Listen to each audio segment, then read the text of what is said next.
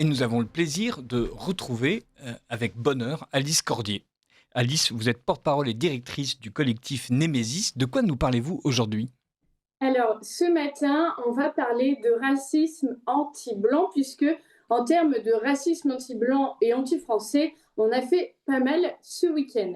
Entre l'humoriste, mettez des gros guillemets, Mustapha El Atrassi, qui a tenu des propos littéralement racistes lors de son spectacle, appelant notamment à insulter les Gouers.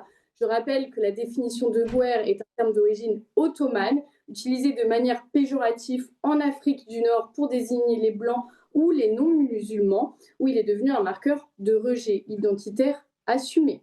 L'humoriste Al Tracy donc s'exprimait à l'égard de son public algérien en lançant On est ensemble et unis, et je vous le dis pour la dernière fois, tout le temps qu'on perd à s'insulter entre Marocains et Algériens, c'est du temps perdu à insulter les Gouers, libérer du temps pour les Gouers.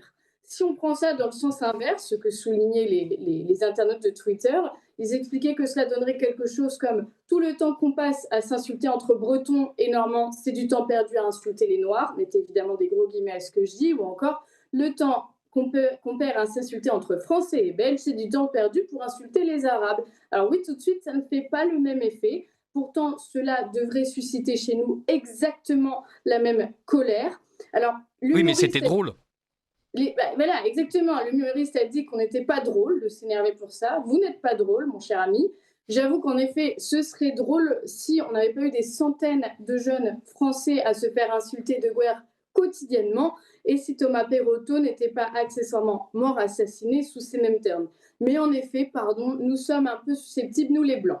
Avec un demi-siècle de soumission de Black Lives Matter, où l'on a vu des Américains se mettre à embrasser des grolles d'autres personnes sous prétexte qu'elles étaient noires, après des années de leçons données à l'école sur le racisme, à expliquer qu'on a été très méchant et qu'on doit payer, eh bien les dominés d'antan demandent leur dû. Bah oui, à quoi est-ce qu'on s'attendait? À force de leur répéter qu'on est responsable de la colonisation, que la France est islamophobe et que les Algériens ont raison de nous haïr depuis 64, quel effet cela allait-il provoquer à votre avis? À part nous détester, au point même qu'un rapport réalisé par les renseignements généraux est aujourd'hui considéré comme une énième preuve d'islamophobie en France, on parle d'un rapport par les RG quand même, on a en fait créé des complotistes qui ne croient plus nos institutions quand elles alertent sur des dérives. Mais non seulement on a créé des complotistes, mais également des oppresseurs, et ça c'est grave. C'est grave car ça permet par la suite à des Mathieu Kassovitch de dire que les blancs de souche qu'il reste, on appelle cela des fins de race. Pas plus tard qu'hier sur LCI, quand on lui demandait de se justifier sur ses propos tenus auparavant, expliquant qu'on était un pays raciste avec de grosses difficultés à intégrer. Mais intégrer quoi? Intégrer qui? L'intégration des personnes issues de l'immigration est un échec cuisant. Ils sont surreprésentés dans absolument toutes les violences. Tous les rapports des ministères de l'Intérieur sonnent la sonnette d'alarme depuis des années. On n'intègre pas des gens à qui on répète qu'ils se sont fait souiller par nos soins. Non seulement on ne les intègre pas, on provoque leur colère, mais en plus on devient de véritables esclaves de leur colère. Vous savez, cette peur de froisser, cette peur d'être traité de raciste alors qu'on décrit une réalité. Eh bien, voilà l'application. On a découvert notamment il y a quelques jours en Suède que des grand-mères s'étaient faites violer en masse dans des EHPAD par des auxiliaires de vie. En creusant l'article du Figaro, on se rend compte que les violeurs sont quasiment tous issus de l'immigration, et notamment de Somalie, mais que le gouvernement suédois a cherché à ne pas le divulguer. Pourquoi le cacher? Par peur que la population se rende compte qu'une immigration peut sonner avec insécurité, pas toute l'immigration, mais une certaine.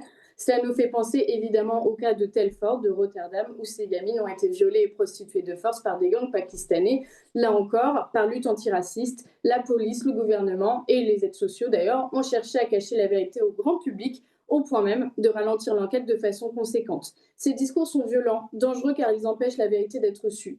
Non, monsieur Kassovitz, la France n'est pas raciste. La France souffre simplement de voir que 63% des agressions sexuelles dans les transports sont faites d'étrangers à Paris, ou encore que les étrangers représentent 50% des délinquants à Lyon ou à Marseille. Les Français en ont assez de voir qu'il y a 3 fois plus d'étrangers africains mis en cause pour les homicides, les agressions ou les stupes, ou qu'ils sont 10 fois plus mis en cause dans les vols violents et les cambriolages. Pardon pour ça, pardon de ne pas apprécier l'expérience. Alors oui, dans le monde de M. Kassovitz, où tout n'est que sentimentalisme et argent, peu de place à la réalité, Ce n'est pas sa fille qui se fera emmerder dans la rue, ni son garçon qui finira frappé dans la rue à cris de sale gouère. Ce n'est pas sa femme qui sera obligée de rentrer chez elle avec une petite bombe lacrymogène dans la poche ou qui suivra des cours de self-défense pour avoir 1% de chance de s'en sortir dans la rue. Ce n'est pas dans le monde de Monsieur Kafosovitz, ça c'est dans le monde des Français de souche. Bisous de la part des fins de race.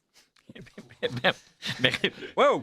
Eh bien, merci beaucoup, Alice Cordier. Voilà, voilà, à bientôt. À bientôt.